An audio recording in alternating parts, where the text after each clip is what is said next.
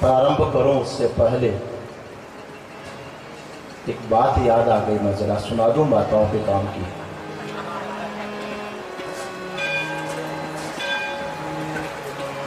एक राजा ने इनामी योजना निकाली कि जो सबसे बड़ी झूठ बोलेगा उसको 5 लाख का इनाम दिया जाएगा, मगर सबसे बड़ी झूठ होनी चाहिए।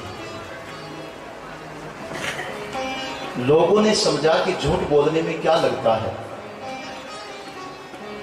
अप्रत्याशित झूठ बोलना शुरू कर दिया। जो आई बड़ा चढ़ करके झूठ बोलना, मगर इतने सारे झूठे लोगों में से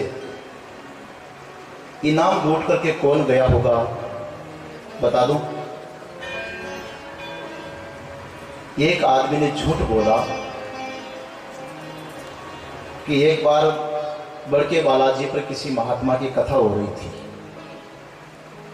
भक्तमाली सरदेव स्वामी हरिदास जी महाराज की बड़ी सुंदर कथा चल रही थी और उसमें कुछ माताएं भी आकर के सुनने के लिए बैठी हुई थी, मगर हमने देखा कि कथा शुरू होने से पहले आकर के बैठ गई, समाप्ति के बाद में उठ करके गई। बड़ी लंबी कथा चली 10 बजे से 4 बजे तक, मगर उन माताओं ने सबने मिलकर के एक भी शब्द आपस में नहीं बोला, सब चुपचाप रही। राजा ने कहा कि 1 नंबर की झूठ यही है, जो बहनें इकट्ठी हो जाए और बोले नहीं, कोई मन से महात्मा शांति पाठ कर रहा और माताएं अशांति न करें, यह कैसे हो सकता है? एक भक्त रोता रोता किसी महात्मा के पास में गया, रोने लगा। तो महात्मा जी पूछने लगे, बेटा क्यों रो रहा, क्या तकलीफ है? वो कहने लगा, महाराज और तो भगवान की सब कृपा है, लक्ष्मी धन संपत्ति की कमी नहीं है, बेटे पुत्र आज्ञाकारी हैं, योग्य हैं, पढ़े लिखे हैं, समाज में मेरी बड़ी इज्जत है, लोग बड़े आदर से मुझे देखते हैं, सब कुछ और तो ठीक है, एक ही समस्या है कि घरवाली मेरी एक भी बात नहीं सुनती। मैं एक जवाब देता हूं, उधर से 10 जवाब आता है। कोई ऐसा उपाय बताओ कि वो मेरी बात सुन ले। और बेचारा दुखी जीव फूट फूट के रो पड़ा, महाराज इसी से बहुत दुखी हूं, कोई उपाय हो तो बताओ। वो भक्त रोने लगा तो स्वामी जी भी साथ में रोने लग गए। वो भक्त कहने लगा, महाराज जी मेरे लिए उपाय तो नहीं बताया और आप भी मेरे साथ में ही रो पड़े। वो महात्मा कहने लगे, बेटा तेरी समस्या का समाधान मैं जानता तो बाबा जी क्यों बनता?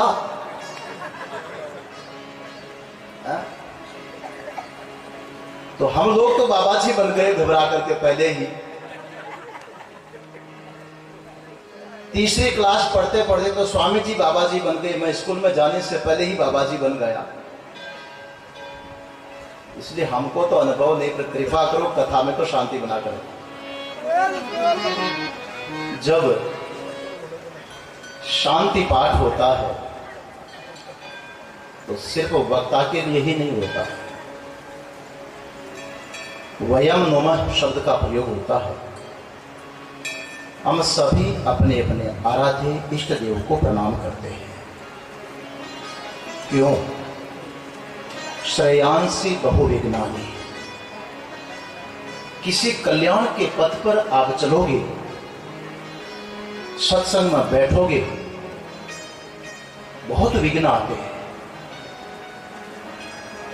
संसार का काम करोगे तो आपके दुश्मन आपके प्रतिरोधी बनेंगे, लेकिन परमात्मा के पथ पर चलोगे तो जिनको मित्र समझते हैं वो भी आपके दुश्मन बन जाएंगे। देवता भी नहीं चाहेंगे कि आप बैठ करके गीता को सुन करके समझ लो, देवता नहीं चाहेंगे। देवता नहीं चाहेंगे कि किन्हीं भक्तों की कथा सुन करके आप भी भक्त बन जाओ। देवता कभी नहीं चाहेंगे। श्रुति का वाक्य आता, देवा नाम ही पशु हो। देवता जो है मनुष्य को अपना पशु समझते हैं। कोई घर में बकरी रखता है, कोई भैंस रखता है, कोई गाय रखता है, कोई घोड़ा रखता है। किस लिए? इससे हमको सुविधाएं प्राप्त होगी। गाय होगी, भैंस होगी, दूध मिलेगा। घोड़ा होगा, सवारी के काम आएगा। ऊंट होगा, ढोने के काम आएगा। अपनी सेवा के लिए पशु को घर में रखते हैं। देवता भी मनुष्यों को अपना पशु समझते हैं। ये मनुष्य हम देवताओं के लिए सेवा करेंगे, यज्ञ करेंगे, कर्म करेंगे, और वही मनुष्य जब देवताओं के चंगुल से निकलने की बात सोचता है तो देवता सोचेंगे इतना बढ़िया नौकर हाथ से जा रहा, सेवक जा रहा, ये गीता सुन लेगा, भक्तमाल सुन लेगा, ये भक्त बन जाएगा, ये ज्ञानी बन जाएगा, हमारी भी जो आत्मा उस परमात्मा को प्राप्त कर देगा तो हमारे देवताओं के चंगुल से छूट जाएगा, तो हमारी सेवा कौन करेगा? इसलिए देवता कथा सुनने में विघ्न पैदा करेंगे, करते हैं। आप सावधान रहना, धोखा खा जाओगे। भगवद गीता का प्रसंग चल रहा था। भगवान श्री कृष्ण और अर्जुन के बीच बातचीत शुरू हो गई थी। अर्जुन ने भगवान श्री कृष्ण को कहा, सेनयोर उभयोर मध्य रथम स्थापयम अच्युत। हे अच्युत, दोनों सेनाओं के बीच में मेरे रथ को खड़ा करो। हे अच्युत, इसकी बात कल बता रहा था मैं। अच्युत उसको बोलते हैं जो गिरे नहीं, पतन न हो, अपनी स्थिति में सदैव बना रहे, जो पहलवान किसी से भी परास्त न हो, वो अच्युत है। और गिर गया, चित हो गया तो वो तो गया काम से, मैदान में से गया। अर्थात जो चित न हो, जो गिरे नहीं, कभी भी किसी भी परिस्थिति में, किसी भी मैदान में, वो अच्युत है। अर्जुन के संबोधन में सबसे पहले भगवान को यही शब्द का प्रयोग किया गया, और गीता के आखिर में भी इसी शब्द का प्रयोग हुआ है। क्यों? इसलिए कि सज्जनों, भगवान श्री कृष्ण हर मैदान में अच्युत है, हर क्षेत्र में अच्युत है, कहीं गिरते नहीं है, पतन नहीं होता। कैसी भी परिस्थिति जीवन में आए, मगर वो अपनी स्थिति में है। भगवान श्री कृष्ण का प्राकटन कहां हुआ? कंस की कारागृह में। और जन्म होते ही माता पिता का वियोग हुआ। सवेरे होते होते तो नकली माता पिता को समझ लिया कि ये मेरे माता पिता है, नंद और यशोदा को। छठी का दिन आया, इतने में कंस की सेविका आई पूतना, स्तनों पर जहर लपेट रखा था और मुंह में डाल दिया। देखो, जन्म से ही विपत्तियां शुरू हो गई। सारे जीवन को देखो तो कृष्ण के जीवन में हमें नहीं लगता कि कभी कोई अनुकूलता दिखाई पड़ी हो। प्रतिकूलता ही प्रतिकूलता है। तृणावृत आता है, उड़ा करके ले जाना चाहता है। यमला अर्जुन वृक्ष गिरते गिरते कन्हैया बच गए। कम विपत्ति आई। पहले कारागृह छोटी गोकुल में गए, अब गोकुल भी छोड़ता ब्रज बसाया कन्हैया की रक्षा के लिए। और वहां जब बछड़े और गाय चराने लगे तो वहां पर भी विपत्ति आई। कंस के दैत्य भी परीक्षाएं करते हैं तो देवता भी आकर की परीक्षाएं करते हैं। बकासुर निगलने लगा, अगासुर निगलने लगा, दावा नल में जदने लगे, कालिया नाग पास में जकड़ रहा है। कैसी कैसी विपत्ति आ रही है, कोई कम विपत्ति नहीं है। कभी जीवन में अनुकूलता नहीं दिखाई पड़ रही। इंद्र देवता परीक्षा करता, ब्रह्मा जी परीक्षा करते। ब्रह्मा जी बछड़ों को चुरा करके ले गए और कन्हैया बछड़े बन करके लाए तो पीछे से ब्रह्मा जी ग्वाल बाल को चुरा करके ले गए। इंद्र देवता तो हद पार कर देता है, ब्रज में प्रलय मचाने के लिए सांबर्त नाम के मेघ भेज दिए। कहां अनुकूलता रही। और आखिर में मामा जी को पता चल गया कि मेरा काल जिंदा है। अक्रूर को भेजा, रथ पर बिठा करके अक्रूर मथुरा में ले गया। हजारों धनुष रक्षक कन्हैया के टुकड़े टुकड़े करने के लिए टूट पड़े। वहां से बच करके आगे बढ़े, कोलिया पीड़ हाथी कुचलने को दौड़ा। वहां पराक्रम दिखा करके कन्हैया आगे बढ़े। चाणूर और मुष्टिक जैसे पहलवान कृष्ण और बलराम का काल बनकर के खड़े हैं और उनका भी मुकाबला किया। उस परिस्थिति से भी भगवान जब उभरे तो मामा कंस बोलता है मैं बैठा हूं अभी। चलो कंस को भी ठिकाने लगाया कन्हैया ने। इतने में तो कंस का ससुर जरासंध 23 अक्षौहिणी सेना लेकर के चढ़ाई करता है। एक बार नहीं 17 बार। 18वें आक्रमण को देख करके द्वारका बसानी पड़ी। 20 में ही काल यवन आया और धमाका कर दिया। 3 करोड़ मल्लित्र सेना लेकर के आखिर कृष्ण बलराम को परामर्श करके ये हुआ कि जरासंध के लिए राजधानी छोड़नी पड़ी, भाग करके द्वारका बसानी पड़ी। और द्वारका में भी 7वें दिन तो समुद्र में डूब जाएगी। यदुवंशी को कहा निकलो, और आंखों के देखते देखते यदुवंशी वारुणी पान करके सबके सब समाप्त हो गए। और आखिर कन्हैया की वो स्थिति बनी, वो कृष्ण एक पेड़ के नीचे जाकर के बैठे हैं अकिंचन होकर के, बाबा जी बनकर के। एक तरह से जरा नाम का विहाद आया और बाण मारा, मृग समझ करके पेड़ के तलवे में,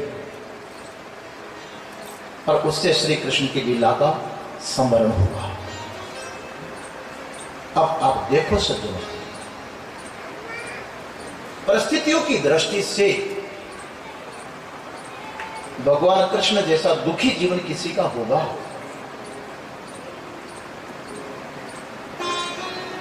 किसी बालक का घर में जन्म होता है तो सबसे पहले खुशी में क्या किया जाता है माताओं? बेटा आया घर में तो थाली बजाते हैं ना, बजती है थाली। कन्हैया का जन्म हुआ कारागृह में और ताली बजाने वाला भी कोई नहीं था।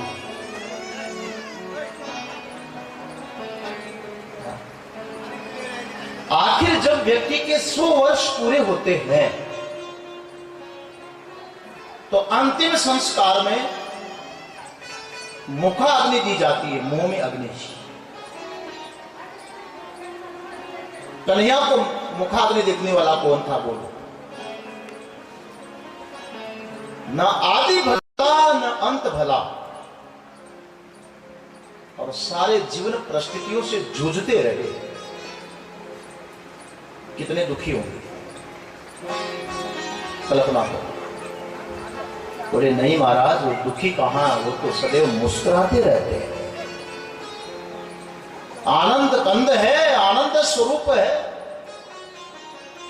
वो तो उनका मुखमंडल बता रहा है, जब खरबूजा पक जाता है तो खुशबू बाहर आती है। भगवान कृष्ण के भीतर में जो मस्ती है वो तो उनके मुखमंडल से बाहर आ रही है। वो तो आनंद स्वरूप है। सच्चिदानंद रूपाय भागवत के महात्म्य में आया, ऐसे सच्चित आनंद भगवान श्री कृष्ण, उनको परिस्थितियों की दृष्टि से देखो तो कितने दुखी होंगे। और इधर आप अर्जुन को देखना, भगवान श्री कृष्ण के सामने तो देखते देखते पूरा कुटुंब नष्ट हो गया। और जिस समय यहां अर्जुन विलख रहा है, वहां देखना कौन मरा है अर्जुन का। कोई मरा है क्या, दिखाएंगे इतिहास। जो अर्जुन कल बड़े शौर्य भाव में आकर के कह रहा था भगवान कृष्ण को, यावत् देता निरीक्षे हम योद्धु कामान वस्थितान केरमया योद्धव्य मस्मिन रणसमुद्य में। महाराज, रथ को दोनों सेनाओं के बीच में खड़ा कर दो, एक बार मैं जरा भर नजर इस दुर्बुद्धि दुर्योधन का साथ देने वाली शक्लों को देख तो लूं। कौन है इसका साथ कर देने वाला? क्या भाव था उस अर्जुन के भीतर। और देखते देखते न मालूम अर्जुन का शौर्य कहां चला गया, और ऐसे रोने लग गया जैसे चिकनगुनिया बुखार आ गई और बाथरूम जाना भी मुश्किल हो गया हो। देखना अभी इसका अर्थ यह है सज्जनों, आप अपने जीवन की परिस्थितियों को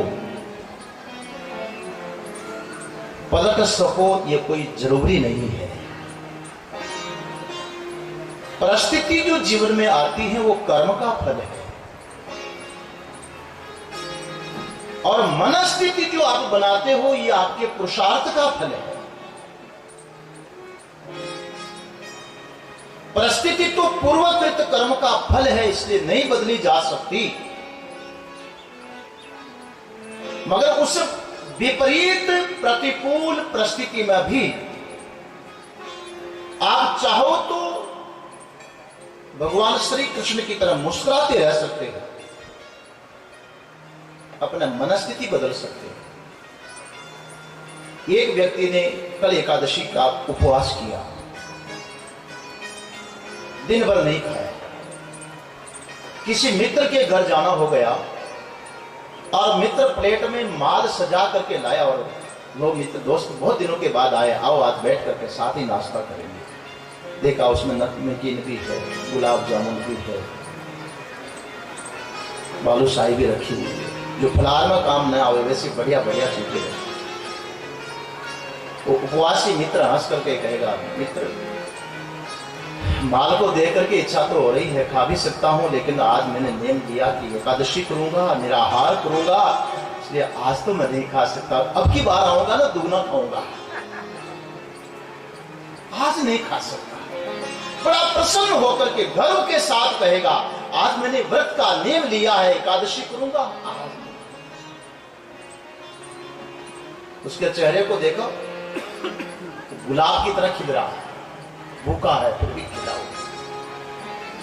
और उसी वक्त कोई भिखारी द्वार पर आकर के चिल्लावे, मालिक मालिक कुछ खाया नहीं, भूखा हूं, सुबह से चाय भी नहीं पिया, मालिक भगवान तुम्हारा भला करे। गिड़गिड़ाने लगे, मुंह बिगाड़ करके पेट दिखावे। आज तो मैं पता नहीं किसका मुंह देखा मालिक, कुछ भी नहीं मिला, सुबह से भूखा हूं। अब आप देखो, भूखा तो भिखारी भी है, भूखा उपवासी भी है। परिस्थिति तो एक जैसी है ना, पेट तो दोनों का खाली है, मगर मनस्थिति कितना बड़ा अंतर है। उसी भूख में भी एक प्रसन्न है और एक विलख रहा, रो रहा, हाय रोटी कर रहा। भगवान श्री कृष्ण का जो जीवन है सज्जनों, ऐसा है कि उनके जीवन में समता, परिस्थितियां आ रही हैं और जा रही हैं। कभी भी अपने परिस्थिति में भगवान कृष्ण को रोते हुए आपने देखा होगा, न पढ़ा होगा, न सुना होगा। प्यारे भक्त प्रेमी सुदामा की दशा देखकर भले ही भगवान की आंखों में से अश्रु बह चले हो, मगर अपनी दशा पर भगवान कभी रोए? और जीव क्या करता है? इसलिए भगवान श्री कृष्ण को यहां अर्जुन कह रहा, भगवान आप तो अच्युत हो, कैसी भी परिस्थिति आवे आप पर क्या प्रभाव पड़ता है? आप तो अपनी स्थिति में रहते हो, कभी डाउन होते ही नहीं हो, गिरते ही नहीं, आप अपनी स्थिति में। और अर्जुन ऐसा गिर जाता है जो बड़े आवेश में बोल रहा है कि करो रथ को खड़ा, मैं देखो शक्लें इनकी दो हाथ हो जाए। और थोड़ी ही देर में वो ऐसे गिर गया, ऐसे चित हो गया, पस्त हो गया। और अभी आने वाला दूसरे अध्याय में कहेगा, महाराज मेरी जो दशा हो रही है ना, इसका इलाज मुझे त्रिलोकी में कहीं नहीं दिखाई पड़ रहा। अर्जुन गिर गया, चित हो गया। भगवान का काम है अच्युत रहना और शिष्य का काम है गिर गया तो गिर गया, लेकिन गिर करके किसके चरणों में गिरे, कहां गिरा? व्यक्ति जहां गिरता है वहीं से उठता है, ध्यान रखना। रो रहा है, बिलख रहा है, स्थिति बिगड़ गई, पर किसके सामने? अपने मन की व्यथा है, अपने भीतर का कोई दुख है, रो, पर कहां रोए ये भी सोच लेना अच्छी तरह से, कहां रोना चाहिए। संत रहीम कहते हैं, रही मन निज मन की व्यथा, कासु कहूं निशंक, मैं जासो उर की कहूं सो पुनि मारे डंक। मैं मेरे दिल की वेदना किसको कहूं, किसको?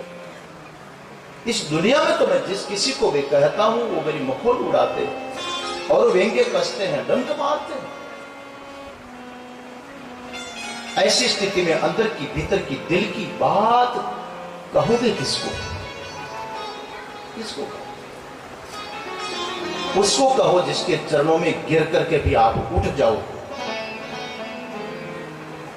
उसके सामने कहो। अपने दिल की बात करनी है तो भगवान के चरणों में गिरो, भगवान को। भगवान ऐसे दयालु है जो गिरे हुए को भी उठा लेंगे।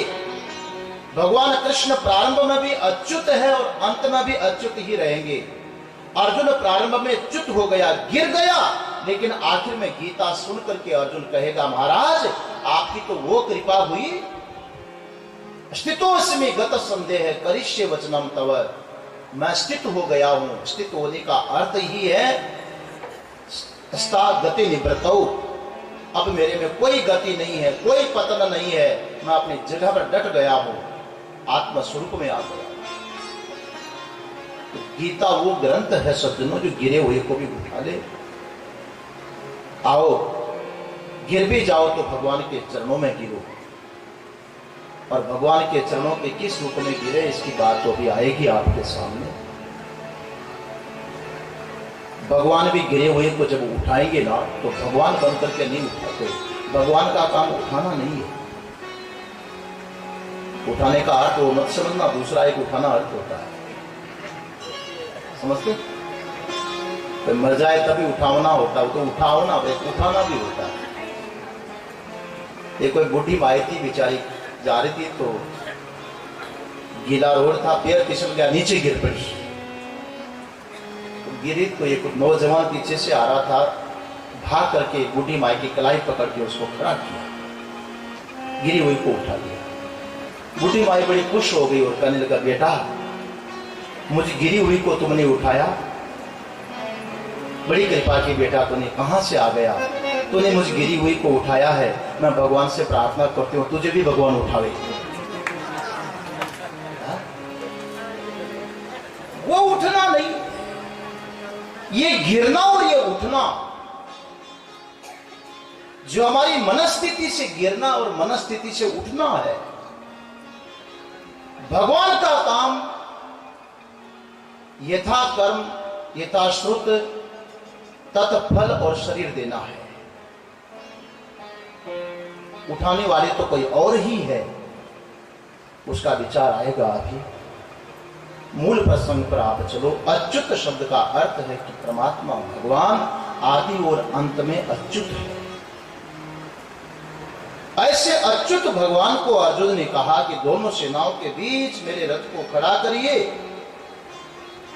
भगवान ने चुपचाप दोनों सेनाओं के मध्य रथ को खड़ा किया और धीरे से बोले कि पश्येतान कुरुन, इन कुरुवंशियों को तू देख जिसकी बात कल सुन रहे थे। इतने में अर्जुन ने देखा, जिधर देखे उधर स्वजन समुदाय दिखाई पड़ा और एक भाव आया कि मैं किनसे युद्ध करूं। कल कह रहा था कि भगवान कुरुन शब्द का प्रयोग इसलिए करते हैं कि केवल कौरव पक्ष को नहीं, पांडु पक्ष को भी देख। पांडव और कौरव दोनों ही कुरुवंश के अंतर्गत आते हैं। कोई फोड़े को पकाना है तो डॉक्टर पहले पकाने के लिए इंजेक्शन देगा, तब उसका चीरा लगाएगा। अर्जुन के भीतर में छुपा हुआ जो मोह है, उसको प्रकट करने के लिए भगवान ने ऐसा शब्द बोला। और जब अर्जुन ने देखा और देखते ही क्या स्थिति बनी जरा देखना। दृष्टवेवं स्वजनम कृष्ण युयोत्सं समुपस्थितम् सीदन्ति मम गात्राणि मुखं च परिशुष्यति वेपतुश्च शरीरे मे रोमहर्षश्च जायते गाण्डीवं संसते हस्तात् त्वक्चैव परिदह्यते न च शक्नोम्यवस्थातुं भ्रमतीव च मे मनः। वही वीर अर्जुन जब चारों तरफ अपने परिजनों को देखा, सबके सब जीवन की आशा त्याग करके सशस्त्र खड़े हैं। देखते ही अर्जुन की स्थिति बिगड़ गई। भगवान श्री कृष्ण को कहने लगा, भगवान न शक्नों में अवस्था तुम, मैं तो खड़ा भी नहीं रह सकता, इनसे युद्ध करना तो दूर, खड़ा भी नहीं रह सकता। भगवान बोले, क्या हो गया? पता नहीं क्या हो गया। सीदंती मम गात्राणि, मेरे तो शरीर के एक एक अंग शिथिल हो रहे हैं। भगवान मुखम से परिशुष्यति, मेरा तो मुंह सूख रहा है। व्यपतुष्ट शरीरे में, मेरे शरीर में कंपकंपी हो रही है। रोम हर्षश्च जायते, मेरे तो शरीर का एक एक बाल खड़ा हो रहा। ये गांडीव धनुष है ना, ये भी बहुत भारी लग रहा है, हाथ से खिसक करके नीचे जा रहा है और पूरी त्वचा में जलन हो रही है। मैं क्या बताऊं भगवान, भ्रमतीव च मे मनः, मानो मेरा तो मन भी भ्रमित हो गया है, मैं खड़ा भी नहीं रह सकता। ये जो अर्जुन ने लक्षण बताए सज्जनों, बुखार के लक्षण है कि नहीं बोलो? हाँ, बुखार आने वाला होता है तो शरीर के अंग शिथिल होते हैं, मुंह सूखता है, ठंडी लगती है, शरीर कांपता है, बाल खड़े हो जाते हैं, खड़ा रहने की भी स्थिति नहीं होती, लेटने की इच्छा हो जाती है, ओढ़ करके सो जाओ। यह अर्जुन की दशा हो गई। भगवान ने कहा हुआ क्या, ये कौन सा बुखार आया अर्जुन को, बोलो। स्वाइन फ्लू था, मलेरिया था कि वो चिकनगुनिया था, कौन सा बुखार, क्यों हुई ऐसी दशा? ये मोह, जग मोह पासी अजर है, कटे न आन उपाय। जो नित्य के सत्संग करें सहज मुक्त हो जाए। ये मोह की पासी ऐसी ही होती है सज्जनों, बड़े बड़े शूरवीरों को बुखार ला देती है, क्योंकि मेरापन आ गया इसके भीतर में। ये मेरा है, ये मेरा है, ये सब मेरा है। निमित्तानि च पश्यामि विपरीतानि केशव, न च श्रेयोन पश्यामि हत्वा स्वजनम महावे। अर्जुन कहने लगा कि अब मैं युद्ध नहीं कर सकता, नहीं कर सकता। क्यों? बोले शकुन अच्छे नहीं है, विपरीत शकुन हो रहे हैं। खड़े होते ही बुखार की स्थिति बन गई। लोग कहते कोई गलत काम करता तो ठंड लगने लगती है, सी आ गया, ऐसे बोल। अर्जुन कहता ये तो लक्षण ठीक नहीं है, शकुन खराब है। शकुन की बात कल महाराज सुनारे तो बहुत अच्छी बात आपको याद होगी। अर्जुन कहने लगा कि शकुन ठीक नहीं है, विपरीत मालूम पड़ते हैं। निमित्तानि च पश्यामि विपरीतानि केशव, न च श्रेयोनो पश्यामि। और इस युद्ध को यदि मैं करूं तो मैंने तो देखा कि यहां मेरा श्रेय कल्याण होने वाला नहीं है। हत्वा स्वजनम आहावे, आहावे माने इस यज्ञ में भावनात्मक यज्ञ है ये। भगवान मैं जानता हूं इस बात को अच्छी तरह से कि मैं क्षत्रिय हूं। कोई क्षत्रिय युद्ध में यदि मर जाए या मार दे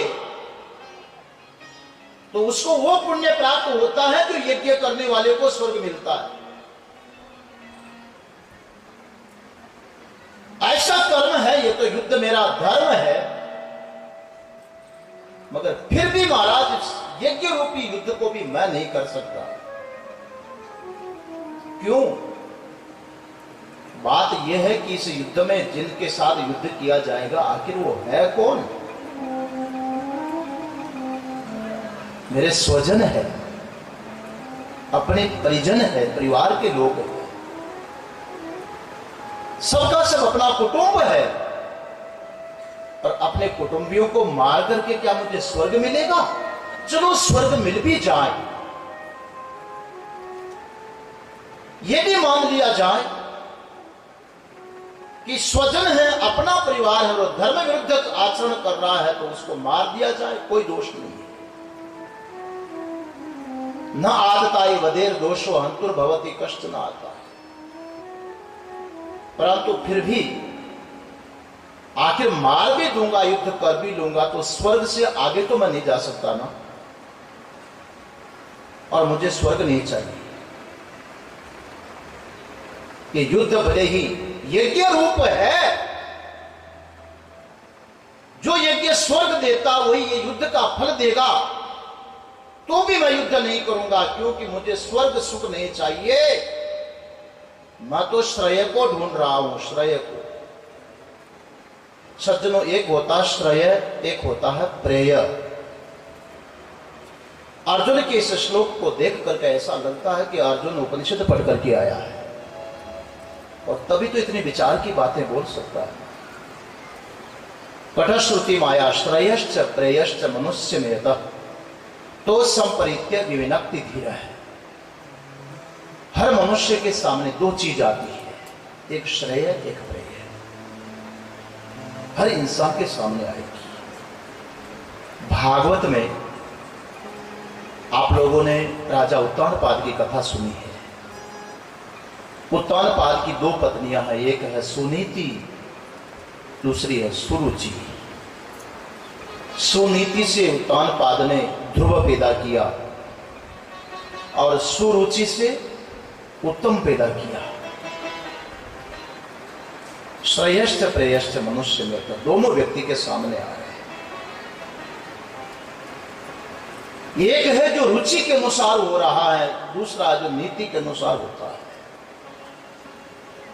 नीति के, धर्म के, मर्यादा के अनुरूप जो होगा उसका फल होगा ध्रुव।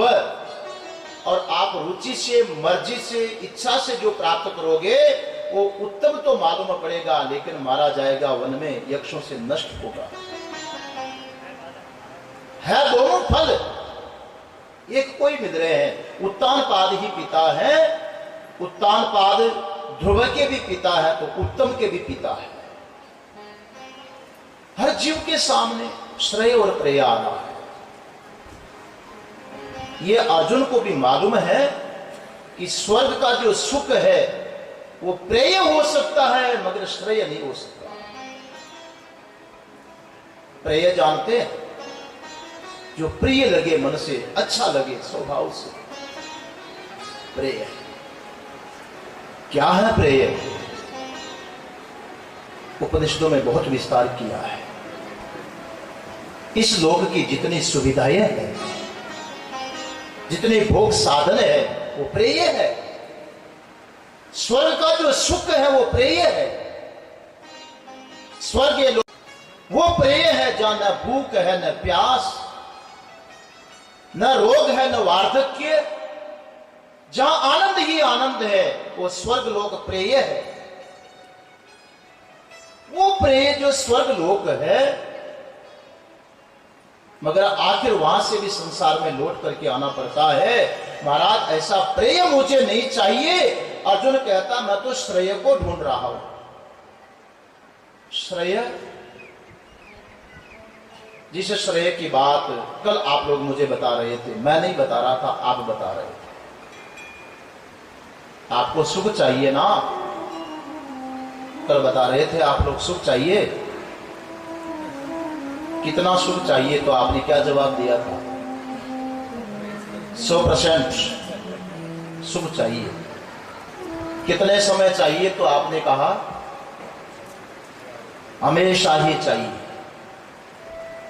वही है श्रेय, मोक्ष, परम आनंद, निरतिशय आनंद, देश में, काल में, वस्तु में जिसका कहीं भी अंत न हो। ऐसे अखंडित आनंद को मैं चाहता हूं। अर्जुन बोल रहा मुझे वो श्रेय चाहिए, और इस युद्ध में मुझे वो श्रेय मालूम नहीं पड़ रहा है। अधिकारी अर्जुन ने, सज्जनों, इस गीता में इस शब्द का कई जगह प्रयोग किया है। जहां जहां आएगा मैं आपको बताने का प्रयास करूंगा, यदि ध्यान में आ गई बात। दूसरे अध्याय में भी, तीसरे अध्याय में भी, 5वें अध्याय में भी इसी शब्द को दोहराया कि मुझे श्रेय चाहिए, मुझे श्रेय चाहिए। हमें क्या चाहिए? हम क्या चाहते हैं? 1 बजे तक तो बैठे बैठे पैरों को आगे पीछे यहां करते रहोगे, परेशान होते रहोगे, कैद होकर के बैठे हो, न आपस में बात कर सकते, न खड़े हो सकते, न पैर आगे पीछे कर सकते, वहीं के वहीं। और फिर बढ़ जाए तो पास पास में एक दूसरे की गर्मी, और फिर भी 1 बजे तक कैद होकर के बैठे हो। किसके लिए? इसी के लिए तो कि महाराज प्रेय की तो हमारे घर में कमी नहीं है। घर में एसी लगे हुए है, सोफे लगे हुए हैं, डलब के गदेले लगे हुए हैं। प्रेय तो बहुत है, लेकिन श्रेय नहीं है। हम तो श्रेय पाने के लिए तप कर रहे हैं। सब अर्जुन होकर के बैठे हुए हैं, उस श्रेय की प्राप्ति करनी है। अर्जुन का यही लक्ष्य है, जो लक्ष्य लेकर के आप यहां पर विराजमान हैं। वो कहता कि इस युद्ध में मुझे श्रेय दिखाई नहीं पड़ रहा है। न से श्रेयो नो पश्यामि हत्वा स्वजनम आवे। इस युद्ध रूपी भले ही यज्ञ रूप है ये युद्ध, लेकिन फिर भी यहां कल्याण नहीं दिखाई पड़ रहा, इसलिए मैं युद्ध नहीं कर सकता। और दिल की बात यह है, न कांक्षे विजयम कृष्ण न च राज्यम सुखानि च। न मुझे विजय चाहिए, न राज्य, और न राज्य भोग जनित सुख। तो राज्य भोग इन सबको मैं क्या करूंगा? मैं तो जिन लोगों के लिए लड़ने के लिए खड़ा हुआ था ये तो खुद ही मर जाएंगे, तो फिर मैं युक्ति और क्यों करूं? माप्याचार्य पितरः पुत्रास्तथैव च पितामह मातुला श्वशुरः पौत्रः शालः संबंधिनस्तथा। सबके सब मेरे आचार्य हैं, पिता तुल्य सब लोग खड़े हैं। पितामह भीष्म जैसे पूज्य खड़े हैं। कहीं मामा को देखता हूं तो कहीं ससुरों को देख रहा हूं, कहीं पुत्र पौत्रों को देख रहा हूं, कहीं शालाओं को देख रहा हूं। भगवान कृष्ण कौन है अर्जुन के लिए? अर्जुन कहने लगा भगवान मान लो किसी ने मारा, सीधे आपके सीने में ही तीर लग गया, गोली लग गई, तो मेरे शाला जी को मरते हुए मैं देख सकूंगा? फिर मेरा सलाहकार कौन रहेगा? मुझे एक बड़ी अच्छी बात याद आई। वो भागवत में महात्म्य प्रसंग में लिखा है कि कलयुग में ग्रस्तों के घर में जो है ना, तरुणी प्रभुता गेहे शाल को बुद्धिदायी का लिखा है। आपके घरों में किनकी चलती जयपुर का रिवाज मुझे पता नहीं है। भागवतकार ने लिखा है कि कलयुग में ग्रस्तों के घरों में घरवाली की ही चलेगी, आदमी की नहीं चलने वाली। जीत आपकी है, बिल्कुल मर्यादा में चलने वाले लोग। और जब कोई बात आ गई तो मंत्री का काम, परामर्श देने का काम कौन करेगा? शाल को बुद्धिदायी कर मंत्रणा देने वाला, विचार देने वाला, सलाह परामर्श देने वाला। न भाई को पूछा जाएगा, न पिता को पूछा जाएगा, न कोई मित्रों को पूछा जाएगा। श्रीमती कहेगी तुमको पूछना नहीं, ये धंधा करना कि नहीं करना, मेरे भाई को पूछो, उसको समझ ज्यादा है, उसको समझ ज्यादा है, तुमसे ज्यादा समझते हो, बहुत होशियार है। शाल को बुद्धिदायी कर। मुझे लगता है कि ये परंपरा तो भगवान कृष्ण ने शुरू कर दी। अर्जुन को परामर्श किसने दिया बोलो? शाला बहनोई का संवाद है कि नहीं? बहनोई की बुद्धि बिगड़ गई तो कौन सुधारेगा? गुरु कौन बना? पर अर्जुन कहने लगा कि मेरे परामर्शदाता आप हो, रास्ता दिखाने वाले आप हो। आप शाला जी और कोई बाण मारेगा तो मेरी क्या दशा होगी, आपको देख पाऊंगा? इससे तो अच्छा है कि युद्ध में गिरो पड़ो ही मत।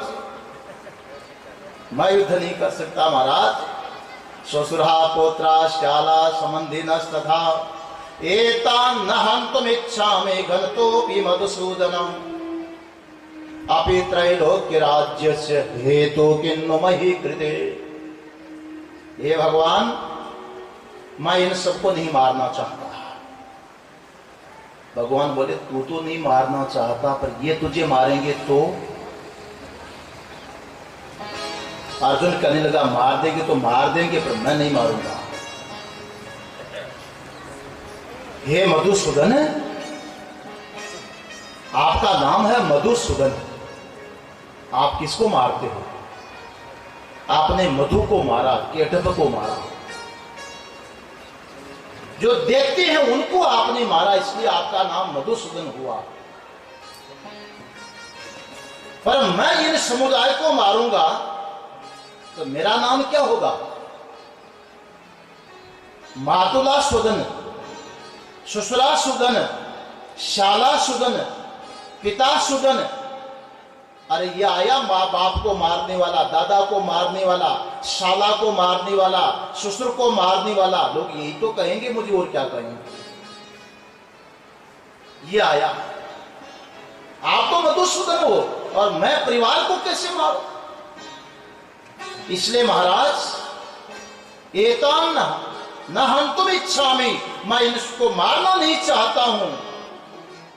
और फिर किसके लिए? इस पृथ्वी का राज्य पाने के लिए। मैं तो 3 लोक का राज मिल जाए तो भी इनको नहीं मारना चाहता। इस पृथ्वी के भार की तो बात ही छोड़ो। निहत्य धार्तराष्ट्रान् का प्रीति स्यात् जनार्दन, पापमेवाश्रयेदस्मान् हत्वैतान् आततायिनः। महाराज, मैं ये जो धार्त राष्ट्र है ना, इनको मार करके क्या हमको प्रसन्नता होगी? मैं जान रहा हूं कि धार्त राष्ट्र है। धार्त राष्ट्र आप जानते हैं ना किसको कहा है? कल सुनाया था मैंने, याद है? महाराज याद करेंगे तो फिर अगली बार तुमको कथा में नहीं बुलाएंगे, हम ही कथा कर लेंगे फिर। इसलिए अच्छा कि हमको याद नहीं रहता तो बार बार आते रहोगे।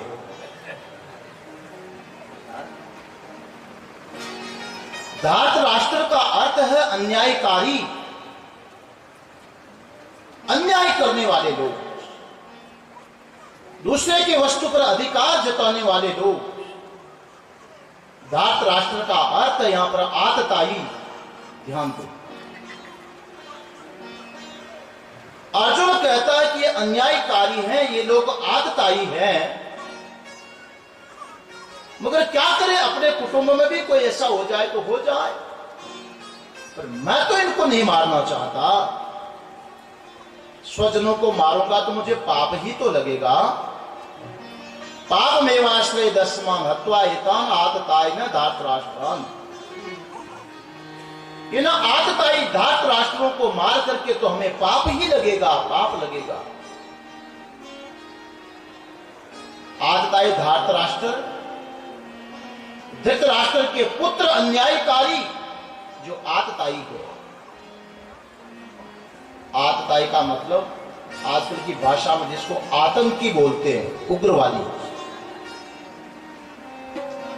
अग्निदो गर्दश्चैव शस्त्रपाणि धनापः क्षेत्र दारापहर्ता च षड्येते आततायिनः। 6 प्रकार का जो अपराध करता है उनको कहते हैं कि आतताई है। किसी के घर में आग लगा दे। घरों में आग लगाते हैं कि नहीं?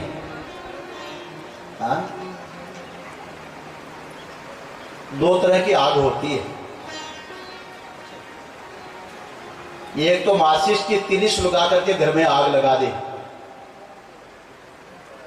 और कुछ ऐसे वो भी नारद होते हैं जो कान भर के आग लगा देते हैं। नहीं होते? हाँ? घर में आग लगाने वाले। किसी के घर में आग लगा दे। अग्नि दो गर्दश्चैव शस्त्र पाणि धनापः।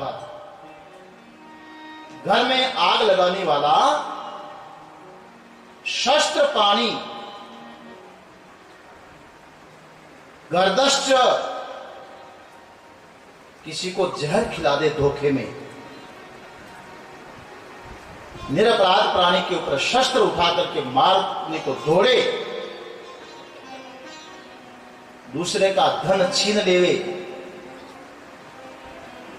दूसरे की जमीन पर कब्जा करके बैठ जाए और दूसरे की पत्नी पर कुदृष्टि करे, अपहरण करे। 6 प्रकार का अपराध करने वालों को कहते हैं आतताई। और आतताई के लिए नीति शास्त्र में लिखा है, मनुस्मृति का वाक्य आया है, न आतताई वधेर दोषो हंतुर भवति कश्चन। यदि कोई आतताई है या आतंकी है, इनको मार दीजिए, और मार देंगे तो मारने वाले को कोई भी दोष नहीं लगता, कोई दोष नहीं लगता। आतताई को मारने से तो इनाम मिलेगी, दोष नहीं लगता है। नीति बोल रही है। अर्जुन कहता, भगवान इन सब बातों को मैं जानता हूं। निहत्य धार्त राष्ट्रान् का प्रीति स्यात् जनार्दन, पापमेवाश्रयेदस्मान् हत्वा एतान् आततायिनः। ये आतताई लोग हैं, धार्त राष्ट्र हैं, अन्यायकारी है। मगर हे जनार्दन, आप भी दुष्ट जनों का आर्दन करते हो, पर जनों का आर्दन करते हो, तो ये तो हमारा समुदाय परिवार है, कुटुंब घाती का दोष मुझे लगेगा ना, मुझे पाप ही तो लगेगा। इन आतताइयों को मैं मारना नहीं चाहता, मैं युद्ध नहीं करूंगा। तस्मान रहा वयम हंतुम धार्तराष्ट्रान स्वबांधवान। एक ही निमित्त है कि स्वबांधव है, ये अपने कुटुंबी है, और स्वजनों को मार करके सुख कैसे मिलेगा जीव को? अन्यायकारी तो है, पर क्या करे, अब इनके सिर पर लोभ बैठ गया। यद्यपि यतेन पश्यन्ति लोभोपहत चेतसः।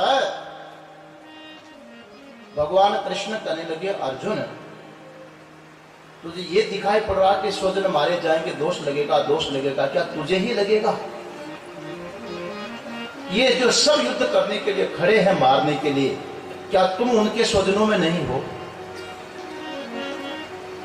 तुम्हें तो ये सब अपने दिखाई पड़ रहे हैं, पर क्या तुम इन सबके नहीं हो? ये जब तुम्हारे स्वजन है तो तुम भी तो इनके स्वजन हो। ये लोग जब मर मिटने को तैयार है, युद्ध करने के लिए सशस्त्र खड़े हैं, तो ये विचार तो इनको भी तो करना चाहिए जो तुम कर रहे हो। क्या सोच रहे हो तुम? अर्जुन कहने लगा, महाराज सोचना तो चाहिए, पर न सोचे तो क्या करें? और इसलिए बेचारे नहीं सोच पा रहे कि इनकी खोपड़ी में लोभ बैठ गया। और लोभ वो तो पतन ही कराएगा, अनर्थ ही तो कराएगा, और लोभ करवाता क्या है?